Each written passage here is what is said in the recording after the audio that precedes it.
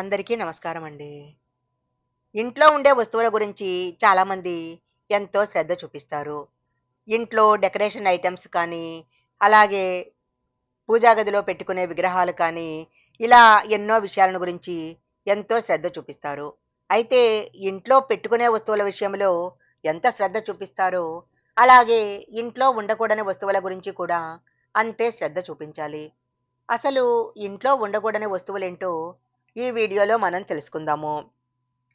విరిగిపోయిన వస్తువులు, పగిలిపోయిన వస్తువులు ఇంట్లో ఉన్నట్లయితే నెగెటివ్ ఎనర్జీ ఇంట్లో వ్యాపిస్తుంది.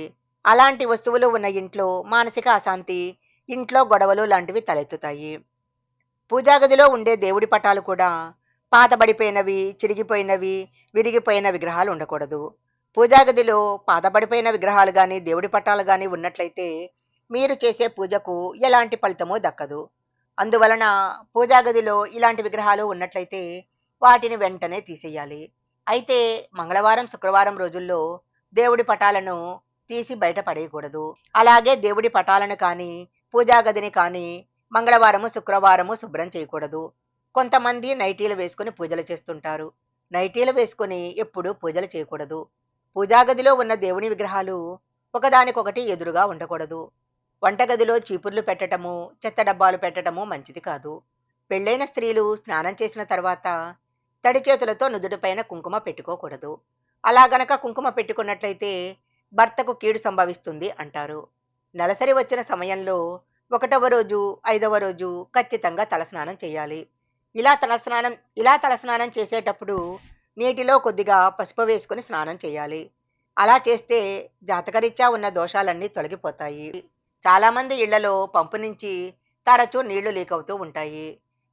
నీటి కుళాయిల నుంచి నీరు లీక్ అవుతున్నట్లయితే ఇంట్లో ఆర్థిక సమస్యలు ఎక్కువవుతాయి. ఆ ఇంట్లో డబ్బు నిలవదు. ప్రతి ఉదయము ఇంట్లోకి సూర్యకిరణాలు వచ్చేలా చూసుకోవాలి. ఉదయం పూట వచ్చే సూర్యకిరణాలు చాలా శక్తివంతమైనవి. ఈ కిరణాలు పడుతున్న ఇంట్లో డబ్బుకి ఎలాంటి లోటు ఉండదు. ముఖ్యంగా ఇంట్లో పాడైపోయిన గడియారాలు ఉండకూడదు. ఒకవేళ ఉన్నట్లయితే వాటిని వెంటనే తీసేయండి. బెడ్రూములో డబల్ బెడ్ ఉండకూడదు. ఎప్పుడూ ఒకే మంచం ఉండేలా చూసుకోవాలి.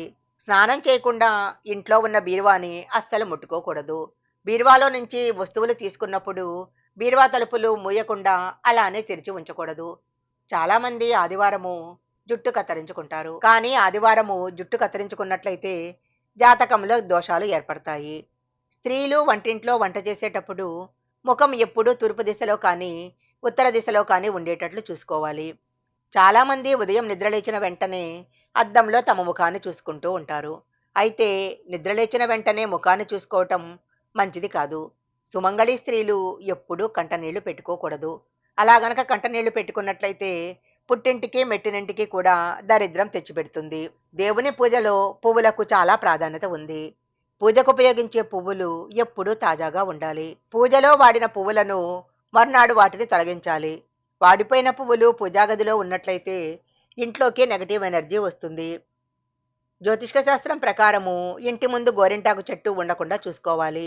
ఇంటి ముందు ముళ్ళ చెట్లు ఉన్నట్లయితే ఇంట్లో డబ్బు కష్టాలు ఉంటాయి. చాలామంది అన్నం తిన్న తర్వాత తిన్న ప్లేట్లో చేతులు కడుక్కుంటూ ఉంటారు. అలా ఎప్పుడూ చేయకూడదు. చేతి నుంచి ఎప్పుడు పొరపాటున కూడా ఉప్పు చేజారి కింద పడకూడదు. అలా గనక కింద పడినట్లయితే ఇంట్లో ఉన్న కుటుంబ సభ్యులకు అనారోగ్య సమస్యలు వస్తాయి. ఎవరైనా ఇంట్లో నుంచి బయటికి వెళ్ళినప్పుడు వెంటనే చీపురుతో ఇంటిని శుభ్రం చేయకూడదు. అలా గనక చేసినట్లయితే వెళ్ళిన పనిలో ఆటంకాలు ఎదురవుతాయి. చీపుర్ని చెత్త ఎత్తే చాటను ఇంట్లో కసువు జిమ్ముకునే చీపుర్ని చెత్త ఎత్తే చాటను ఒకే చోట పెట్టకూడదు. కొత్త చీపురు కొనాలనుకుంటే శనివారం మాత్రమే కొనాలి. ఇంటికి వచ్చిన బంధువులకు చీపురు కనపడకుండా ఉండేటట్లు జాగ్రత్త పడాలి.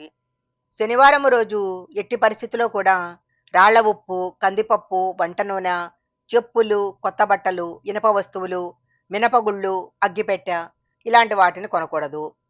మంచం కింద ఎక్కువ వస్తువులు పెట్టకుండా ఉండాలి. ఇంటి హాల్లో గోమాత ఫోటో ఉండేలా చూసుకోవాలి. గోమాత ఫోటో ఇంట్లో ఉన్నట్లయితే ముక్కోటి దేవతలు కొలువై ఉంటారు. ఇంట్లో ఉన్న సోఫాలు, దివాన్లు మొదలైన పెద్ద పెద్ద వస్తువులను కదపకుండా అలాగే ఉంచకూడదు.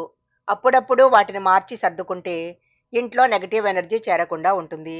ఇంటిని ఎప్పుడూ పరిశుభ్రంగా ఉండేలా చూసుకోవాలి. ప్రతిరోజు ఇంట్లో దీపారాధన చేయాలి.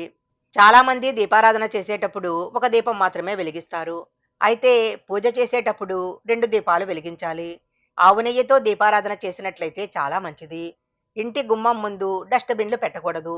ఇంటి ముందు డస్ట్‌బిన్ పెట్టినట్లయితే లక్ష్మీదేవి ఇంట్లో ప్రవేశించదు. ఇంటి గడపను లక్ష్మీదేవితో పోలుస్తారు. అందువల్ల గడపను పొరపాటున కూడా కాలుతో తొక్కకూడదు. వాస్తుశాస్త్రం ప్రకారము బాత్రూములో ఖాళీ బకెట్‌ను ఎప్పుడూ ఉంచకూడదు. బకెట్‌లో నీరు గనక లేకపోయినట్లయితే ఇంట్లో ప్రతికూల శక్తి ప్రవేశిస్తుంది. బాత్రూంలో ఎప్పుడూ నలుపు రంగులో ఉండే బకెట్‌ను ఉపయోగించకూడదు. నల్ల రంగు బకెట్‌ను ఉపయోగించినట్లయితే ఆర్థిక సమస్యలతో పాటు వాస్తు దోషం కూడా ఏర్పడుతుంది. ఈ వీడియో గనక మీకు నచ్చినట్లయితే లైక్ చేయండి, షేర్ చేయండి. ఇలాంటి మరిన్ని వీడియోల కోసం మా ఛానల్ సబ్స్క్రైబ్ చేసుకోండి. పక్కనే ఉన్న బెల్ ఐకాన్ని యాక్టివేషన్ చేసుకుంటే మేము పెట్టే వీడియోలన్నీ కూడా మీకు ముందుగానే నోటిఫికేషన్‌గా వస్తాయి. మరొక మంచి వీడియోతో మళ్ళీ కలుసుకుందాం.